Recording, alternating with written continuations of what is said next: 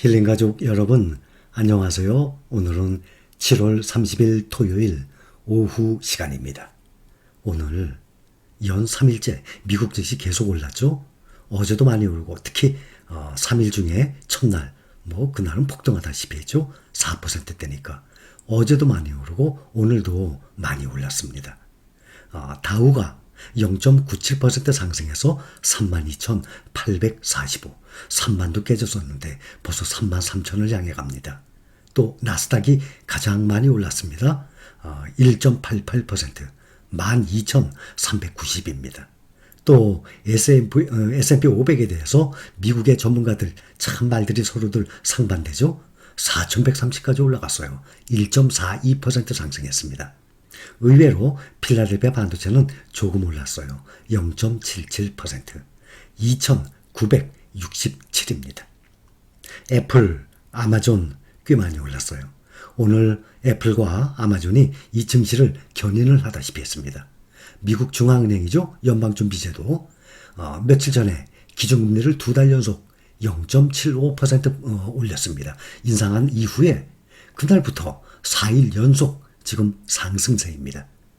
연준의 이 자이언트 스텝과 또 그 다음날 2분기 마이너스 성장 발표까지 나왔지 않습니까? 그런 것에도 불구하고 향후 금리 인상 속도가 느려질 가능성에 베팅을 하면서 반등세를 계속 3일째 이끌고 있는 상태예요. 지금 올해 들어서 상반기 최악이죠. 1970년 이후 52년 만에 최악의 상반기예요. 그러니 우리 일생에 처음이에요. 이렇게 떨어진 것은. 앞으로도 우리가 주식 투자를 하면서 이렇게 떨어지는 경우가 흔치가 않을 겁니다. 정말 앞으로 한두 번 올까 말까 할 정도의 52년 만에 최악의 상반기를 보냈습니다. 그리고 7월 때까지 벌써 지나갔죠. 이번에 7월 반전을 연출했습니다. 이 미국의 증시들이 2분기 호실적이 가장 중요했습니다. 앞으로 물가와 이 고용 등 향후 경제지표에 따라서 뉴욕 증시의 상승세가 다시 꺾일 가능성이 있다는 것 항상 염두에 두어야 합니다. 지금 3일 동안 급상승을 했다고 앞으로 약세장 탈출 절대 아니거든요. 물가는 계속 오르고 있고 고용은 현재 안정되어 있는 상태예요. 고용과 물가를 봐야 되는데 고용은 지금 안정된 상태인데 물가가 계속 오르고 있습니다. 베어마켓 랠리라고 합니다. 베어마켓. 장기 하락장이에요 지금. 이런 장에서 주가가 일시 단기적으로 반등하는 현상을 베어마켓 랠리라고 합니다. 이거로 드러날 수 있습니다. 장기 약세장 동안 이런 일은 흔합니다. 뱅크 오브 아메리카 수석 전략가 최고 투자 책임자예요. 마이클 하트넷. 몇 번 말씀을 드렸죠. 마이클 하트넷. 최근 증시 급등에 대해서 이 사람도 베어마켓 랠리라고 평가를 했습니다. 이 사람은 뭐라 그랬냐면 지수가 S&P 500 기준으로 이 지수가 자기가 본인이 생각하는 진짜 저점 3,600까지 보고 있습니다. 3,600선까지 떨어지면 매수에 나설 것이라 라고 말을 했습니다. 전략가 중에서도 수석 전략가 아닙니까? 다들 전략가들 중에서도 각 회사의 IB의 수석 전략가들 내용들이 항상 여러분들과 항상 이 공유를 하고 있는 상황이에요. 오늘 현재 S&P 500 지수 4,130입니다. 그러면 마이클 하트넷이 얘기하는 3,600까지 하락을 한다면 지금 한 13% 정도 하락을 한다는 얘기예요. 올해 들어서 최저점이 3,666이었죠. 3,666보다도 한 2% 정도 더 하락을 한다는 얘기입니다. 반면에 월가의 대표적인 강설문자가 있어요. 미국 시장조사 업체 펀드스트랩. 거기 리서치 책임자 톰 리. 이 사람은 몇 달 동안 불안정했던 주식 약세장이 바닥을 쳤다라고 보고 있습니다. 이 사람은 올해 말에는 주식시장이 새로운 고점을 경신할 수 있을 것이라고 말했어요. 새로운 고점. 4,800 아닙니까? 올 초에 4,800 직전까지 갔었습니다. S&P 500 지수가. 그러니 연말까지 새로운 고점이 나타날 수 있다라고 예상을 했습니다. 지금 현재 인플레이션 압력은 지속되고 있습니다. 연준이 주목하는 물가지표 개인 소비지출 가격 지수가 지난해보다 6.8% 올랐습니다. 1982년 1월 이후에 40년 만에 최고치를 경신했어요. 이 수치는 전달에 기록했던 6.3%보다도 상승폭이 확대가 됐어요. 전월 대비로도 1%가 올랐습니다. 지난 3월에 경신한 40년 만의 최고치 기록 6.6% 상승도 뛰어넘었습니다. 또 CPI 6월 소비자 물가지수 전년 동월보다 9.1% 급등했죠. 이번 8월 10일 날 또 어떻게 나올지 아주 궁금한 상태입니다. 이렇게 지수가 인플레이션 우려에도 빅테크 기업들의 이 실적 호조에 크게 상승을 한 것입니다. 우선 아마존, 애플을 본다 그러면 우선 7월 한 달간 S&P 500 지수가 9.1% 올랐어요. 7월 한 달간. 나스닥 지수는 12.4% 올랐어요. 필반 지수는 17.7% 가장 많이 올랐죠. 거의 S&P 500의 2배 가까이. 그런데 이 지수 추종을 하는 ETF들은 필반 지수보다 조금 떨어졌어요. SOXX 16.5%, SOXQ 15.8%, SMH 16.4% 상승했어요. 그래서 필라델피아 반도체 지수에 가장 접근한 것이 SOXX. 그래서 필반지수 대표로 1년, 5년, 10년간 상승률을 비교할 때 보면 항상 그래서 제가 SOXX를 비교해서 설명을 드리는 것입니다. S&P 500 지수 지금 7월 달에 이렇게 한 달 동안 오른 것이 2020년 11월 이후, 나스닥 지수는 2020년 4월 이후 최대 폭의 월간 상승률을 보인 거예요. 그러니 평균 2년 만에 7월 달 상승률이 2년 만에 가장 큰 상승률을 보였습니다. 이번에 애플 3.3%, 또 아마존 10.4% 급등을 했습니다. 예상치를 웃도는 실적 발표했죠. 애플이 주가가 그래서 3% 넘게 올랐습니다. 매출액이 전년 동기 대비 2% 증가한 830억 달러. 시장 예상치 828억 달러 조금 웃돌았어요. 주당 순이익 EPS 1.2달러. 전년 동기 대비 8% 감소를 했지만 예상치는 1.16달러였어요. 그거를 넘어선 겁니다. 특히 아이폰 판매가 406억 7천만 달러. 예상이 383억 달러였거든요. 그거를 크게 웃돌았습니다. 전년 동기 대비 3% 증가를 한 거예요. 애플이.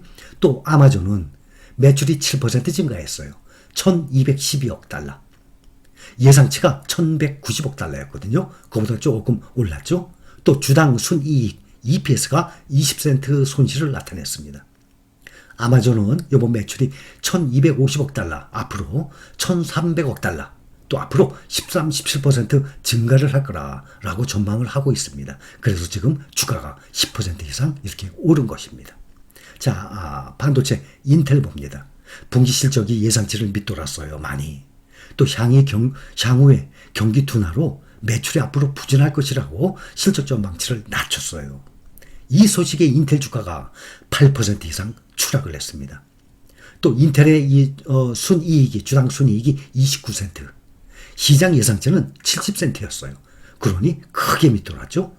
매출액도 153억 달러, 시장 예상치는 179억 달러였어요. 그러니 주당 EPS, 매출 다 시장 예상치보다 훨씬 못 미쳤습니다. 반면에 경쟁사 AMD는 3% 이상 주가가 오늘 상승했어요. 드디어 시가총액이 인텔을 제쳤습니다. 처음으로. 시가총액이 1530억 달러, AMD가.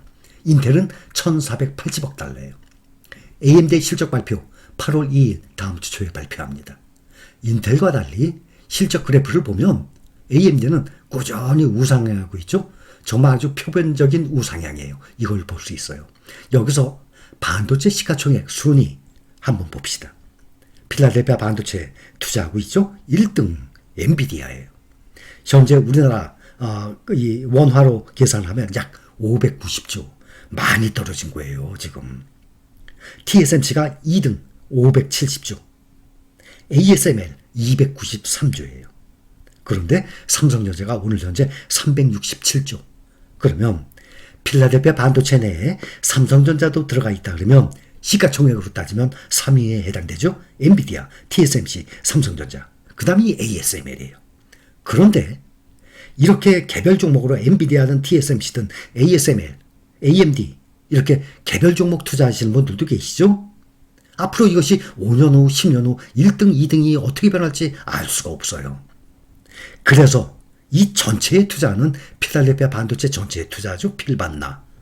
또 직접 달러로 투자하죠. SOXX, SMH, SOXQ 이러한 종목에 ETF로 투자하는 것이 장기적으로 보면 좀 더 안전하죠. 그래서 지금 수위를 보면 AMD가 인텔을 제쳤습니다. 또 브로드콤 다음에 5등이 텍사스 인스트루먼트예요. 텍사스 인스트루먼트도 지금 실적이 좋게 나와서 5등으로 올랐어요. 그 다음에 6등이 퀄컴, 그 다음이 AMD, 그 다음 인텔 수준입니다. 그 다음에 알리바바 봅시다. 알리바바 오늘 11% 이상 폭락을 했어요. 미국 증권당국이 있어요. 중국 전자상거래 최대 업체죠. 알리바바. 회계감사에 접근할 수 없는 상황을 이유로 상장 폐지 가능성을 경고했어요. 그래서 알리바바의 주가가 11% 이상 폭락을 했습니다. 또 알리바바는 마윈이 엔트그룹 지분 포기 이 소식도 영향을 받았습니다. 알리바바 창업자죠. 마윈이 핀테크 계열사 엔트그룹의 대주주 이 지배권을 내려놓기로 했다고 보도한 소식 이것도 부담으로 작용이 됐습니다. 미국에 상장되어 있는 중국 기술주들이 모두 크게 하락을 했어요. 시장에서는 또 중국이 올해 성장률 목표치인 약 5.5%를 달성할 수 없을 것을 우려하고 있는 상황입니다. 다음 주 8월 4일 날 실적 발표를 하는데 아마 실적도 안 좋게 나올 것으로 예상을 하고 있어요. 미국의 증권거래위원회 SEC 3월에 5개 업체를 시작으로 해서 이번까지 미국 증시에 상장된 중국 기업 159곳을 잠재적인 퇴출 명단에 올린 상태예요. 현재 미국 증시에는 270개 중국 업체가 상장되겠습니다. 현재 실적 발표 기간입니다. S&P 500 기업들 가운데 250개면 반이죠. 500개 기업. 279개, 그러니까 약 280개 반 이상의 기업들이 실적을 발표했어요. 근데 이 중에 약 78% 정도가 예상을 웃도는 실적을 발표했습니다. 지금 2분기 정말 힘들어요. 역대적으로. 중국이 처음으로 완벽하게 도시봉사했었죠. 이런 적이 없었잖아요. 또 하나 러시아 전쟁 터졌죠. 그렇죠. 그러니까 이런 것들은 그동안 없었던 일들이 지금 복합적으로 작용을 해서 2분기에 가장 힘든데도 불구하고 이렇게 기업들이 특히 대기업들 위주로 해서 실적들이 다들 지금 70몇 프로면 10개 회사 중에 8개 회사 정도가 다들 실적 발표가 예상을 웃도는 좋은 실적이 나온 것 아닙니까? 가장 힘든 2022년 2분기에 말이죠. 그러니 주가가 지금 며칠째 상승합니다. 그러나 현재는 약세장이라는 것을 잊지 마시기 바랍니다. 자, 여기까지 감사합니다.